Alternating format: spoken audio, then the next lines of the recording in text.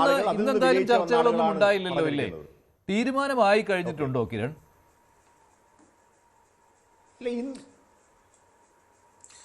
മഞ്ജുഷ, തീരുമാനമായിട്ടില്ല എന്നത് ഉറപ്പിച്ച് തന്നെ പറയാൻ കഴിയും. തീരുമാനം ആയി വെച്ചിട്ട് അത് പ്രഖ്യാപിക്കാൻ 2 ദിവസം കഴിയട്ടെ എന്ന മട്ടിലൊന്നും നിൽക്കുകയല്ല.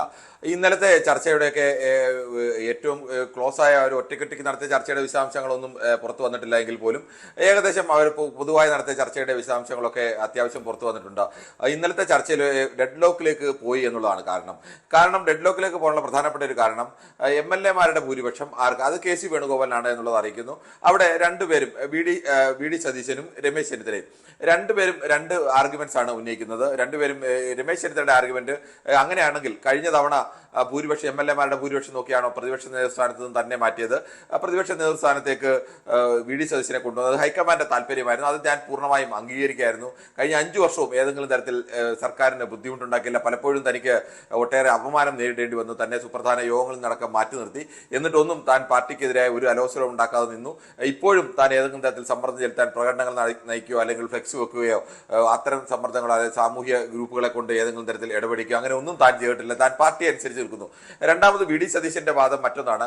വി ഡി സതീശൻ പറയുന്നത് തന്നെ പ്രതിപക്ഷ നേതാവായപ്പോൾ ഏൽപ്പിച്ച ചുമതല എന്ന് പറയുന്നത് രണ്ടാമത് സ്വാഭാവികമായും ജയിക്കേണ്ട ഒരു ഘട്ടത്തിൽ UDF പരാജയപ്പെട്ടു.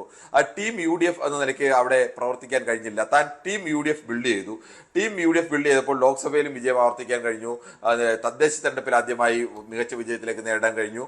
ഈ നിയമസഭയിലും ചരിത്രത്തിൽ ഏറ്റവും വലിയ വിജയത്തിലേക്ക്. അത് ടീം UDF-ന്റെ വിജയമാണ്. അത് എല്ലാവരും അതിന് തുല്യ പങ്കുണ്ട്. തനിക്ക് മാത്രമല്ല, എല്ലാവർക്കും തുല്യ പങ്കുണ്ട്. ആ ടീം UDF-ന്റെ വികാരം എവിടെയും വ്രണപ്പെടാതെ സംരക്ഷിച്ചതുകൊണ്ടാണ് ഇത്ര വലിയ ഭൂരിപക്ഷം ഉണ്ടായത്. ഇവിടെയും ടീം UDF-നെ ആര് നയിക്കണമെന്ന് ടീം UDF-ന്റെ പൊതുവികാരം മാനിക്കണം. അത് ഘടകകക്ഷികളുടെ അഭിപ്രായം നോക്കി മാനിക്കണം എന്നുള്ള അഭിപ്രായം പറഞ്ഞാൽ അത് വിലപ്പോവില്ലെന്നറിയാം. അതുകൊണ്ട് ടീം UDF ആ UDF-ന്റെ പൊതുവികാരം മാനിക്കണം. പൊതുവികാരം അനുസരിച്ച് ആരാവണം മുഖ്യമന്ത്രി എന്ന് തീരുമാനിക്കൂ എന്നുള്ള വാദമാണ് പ്രധാനമായും ഉന്നയിച്ചത്.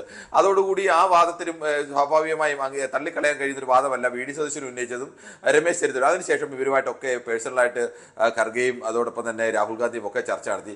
പക്ഷെ ആരും സ്വന്തം നിലപാടിൽ നിന്ന് വിട്ട് മാറാൻ ആരും തയ്യാറായില്ല. ഇതിനൊക്കെ ഒടുവിൽ ഇവർ പരസ്യമായി സമ്മർദ്ദത്തിന്റെ തരത്തിലേക്ക് വന്നപ്പോഴാണ് പരസ്യമായി ഹൈക്കമാൻഡിനെ സമ്മർദ്ദം ചെലുത്തിയ നടപടിക്കെതിരെ അതിരൂക്ഷമായ വിമർശനം രാഹുൽ ഗാന്ധി തന്നെ ഉന്നയിച്ചത്. ഖർഗെയും അതിരൂക്ഷമായി തന്നെ ഉന്നയിച്ചു. അക്കാര്യത്തിൽ ഈ 2 പ്രധാനമായും KC വേണുഗോപാലിനും വി ഡി സതീശനുമാണ് അക്കാര്യത്തിൽ കൂടുതൽ പഴി കേൾക്കേണ്ടി വന്നത്. രമേശ് ചെന്നിത്തല ഒരു പരിധിവരെയൊക്കെ ഞാൻ അതിൽ ഇല്ല എന്ന് പറഞ്ഞു. ഇവർ ആദ്യം ഞങ്ങൾ അറിഞ്ഞുകൊണ്ടല്ല, അണികൾ ചെയ്യുന്നതാണ്. പക്ഷെ അതൊന്നും അംഗീകരിക്കാൻ രാഹുൽ ഗാന്ധി തയ്യാറായില്ല. നിങ്ങളുടെ പൂർണ്ണമായ അറിവോട് കൂടിയാണ് നിങ്ങൾ ഇത് ചെയ്തത്. ഇത് പാർട്ടിയെ വോട്ട് ചെയ്ത സാധാരണക്കാരായ പ്രവർത്തകരെ അല്ലെങ്കിൽ പാർട്ടിയുടെ വിജയത്തിന് വേണ്ടി പ്രവർത്തിച്ച പ്രവർത്തകരുടെ വികാരത്തെ നിങ്ങൾ വ്രണപ്പെടുത്തുകയാണ് എന്ന മട്ടിൽ അതിന്